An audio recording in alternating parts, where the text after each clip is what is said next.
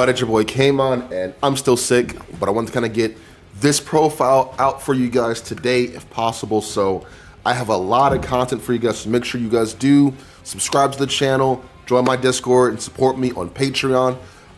That's how I make a good bulk of my money, so I can actually buy these cards to profile for you guys. Another thing, I do offer coaching, so if you guys do want to get some kind of coaching, make sure you do actually join my Discord, right? And if you go to the coaching tab, at me there, and then I got you. I'll add you on Discord, then I'll send you a message. Also, this video is sponsored by Dueling Guard. If you want to get the best merch and the best playmats, deck boxes ever, make sure to check out duelingguard.com. If you use my code KMON5, you get 5% off. Link down below in the description, and we do have a brand new Blue Lock edition, and I am so excited for that. But anyways, remember, let's get right into it. I'm gonna show you guys main and extra deck, no side deck. Just a deck I wanted to kind of play a little bit. I like this deck a lot, and with the help of the new cards that we do have, I feel like playing this deck this way might be a better way. If I had the Fiendsmith stuff, I would play that, but I don't own them just yet. But I will pretty soon.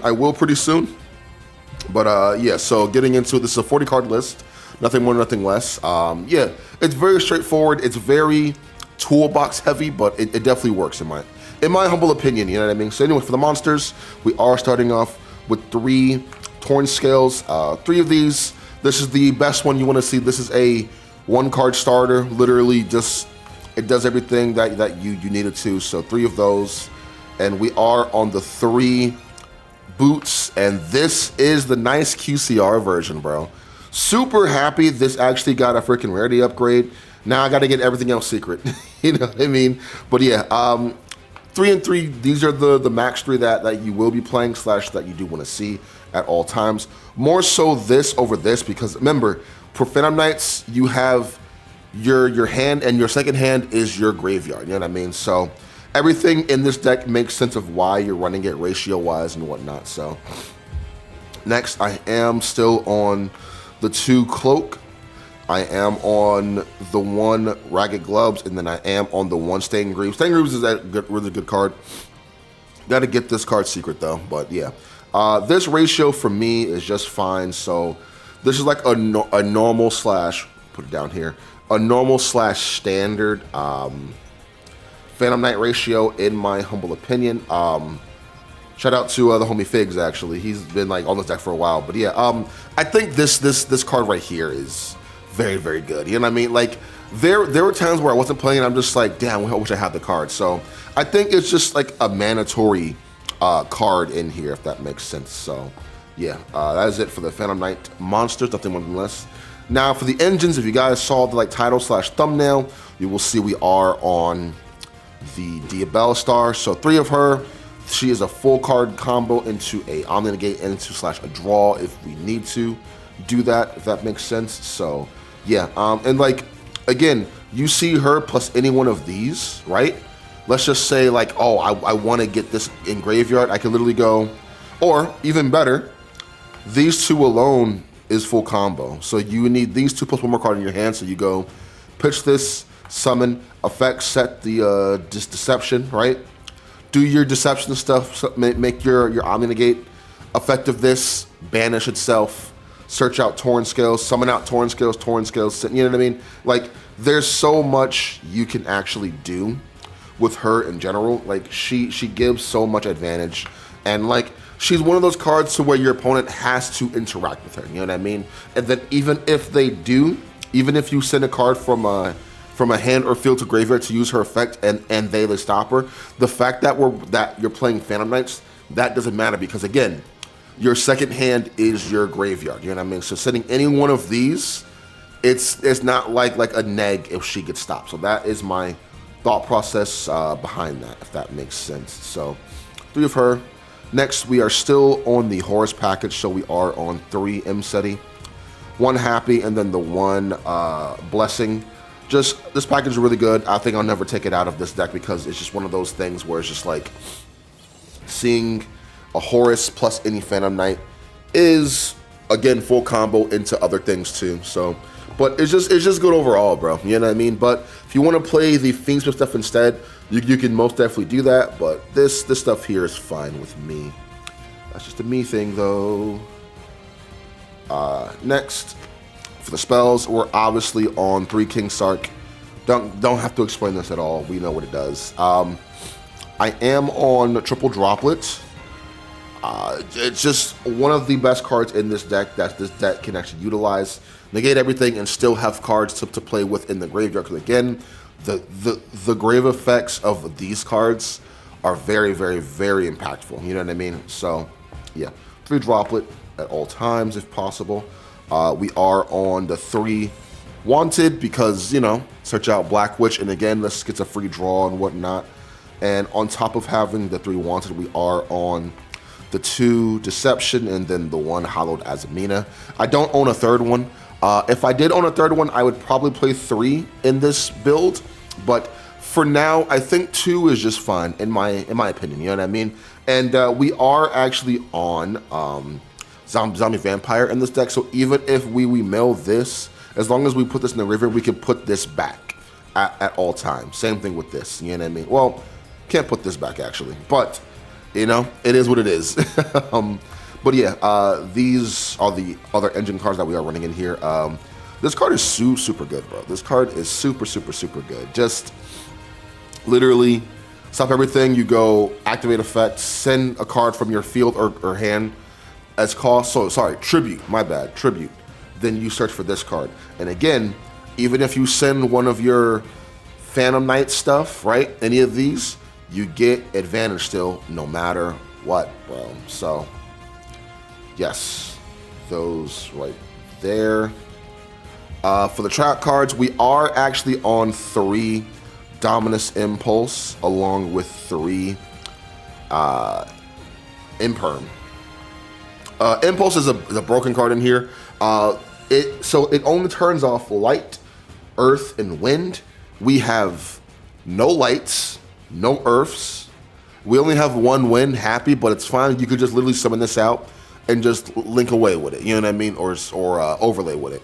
You don't need to use its effects, if that makes sense. So it's still like a body. So like I know I get comments saying like, oh well, you're running the like 1 wind, so like this card is dead. It's like it's happy. It's literally happy. You could summon out happy and just go, okay, attack. You know what I mean? Or link away with it or exceed with it. Like it's essentially just a body. You know what I mean? And 9 times out of 10, once you have like any of your horse monsters on the field, your opponent isn't touching your field anyways. So even if they do, you'll get draw 2s. You won't get his effect if you do activate this card from your hand, but you'll get these 2 effects, if that makes sense. But yeah, I just think Dominus Impulse is a super good card in this deck that we should actually be running. So yeah, just triple Impulse, triple Imperm. Can't complain too much about that. Triple Fog Blade, and then obviously the 1 Wings to round off the traps right there. So that's 3, 6, 9. That's 10 traps, and 3 of them, sorry, 6 of them we can use from our hand. This one can be used multiple times because, you know, on field and in the graveyard, you know what I mean? So anyways, as it for the main deck, that's 40 cards. I think it's solid, but again, if you do get the like Fiendsmith stuff, you can take out the horse engine for the Fiendsmith stuff. So it'll be Phantom Knight, Fiendsmith, Azamina, I guess you could say. But yeah, maybe once I do get the Fiendsmith stuff, aka the engravers, I'll probably incorporate that if possible. Next, extra deck time. Pretty simple.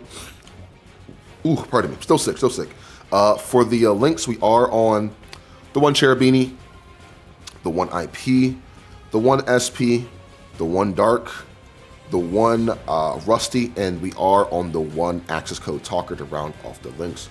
Everything in here is dark, actually, now that I'm looking at it. Everything is dark. That's kind of crazy. So Shadow Mirror cooks us, but no one really plays that card like that. You know what I mean? But yeah, just these links are the most versatile. This is the best link in the extra deck, obviously. You know what I mean? But yeah, just I want to kind of play something that I can kind of like go into anytime and anywhere. And all these are super good. And this is really good.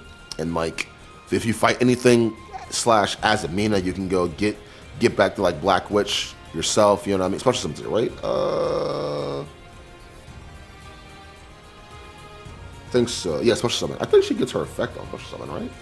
Let me just check, just in case. Yes, actually, yeah, that's broken. Hold on, yeah. So yeah, if there's a Black Witch in your graveyard, I can go summon out dark effect, target her, bring her back here. On summon effect, set the deception right there. You know what I mean? Ooh, that's kind of nice, bro. That's kind of nice. That's kind of nice. Next are the fusions. We are on the one Sylvia and the one Rusalago. So I finally found out the combo of why you actually run the Rusalago. So you run Rusalago. You get into this, plus you get into a draw, if that makes sense. So you summon her if you open up with Deception only, right? If you open up with your Deception, you go Deception, you tribute something, right? You get your Azamina card right here. You go Hala Azamina, summon this out. You use her effects, right? And then you search out your Wanted Seeker. Then you go Wanted, you know what I mean? You get Black Witch. You send her to the graveyard, right? Get Black Witch. You set the second Deception, right? So that's in your deck. And then you go Hollowed Azamina, bounce this back, you know what I mean? Azamina again, send the grave, summon that. Like that, I finally figured out why people run this card. But yeah, running her in here just in case that does come up, because not only do you get into your Omni Negate, but you do get into a draw one, which can kind of make or break your hands, if I'm being honest with you. For the Exceeds, we are on the 2 Break Sword, just super cool card overall. This is the QCR too. Can't really see it too well, but yeah. 2 Break Sword, 1 Raiders Knight, and the 1 Arc Rebellion to round off the rank 3s and 4s and 5s. Arc Rebellion is literally just for the OTK, and for the level 8 package that we are running in here, I am on the 1 Zombie Vampire, very, very broken. The 1 number 1 Infection Buzz King, and then we are on Typhon. You know what I mean? Because I think Typhon is very, very, very good in this deck, in my humble opinion, bro. But yeah, anyways, hope you guys enjoy that. Make sure you do like, comment, subscribe to the video. See you guys next time, man. Have an awesome one. Peace.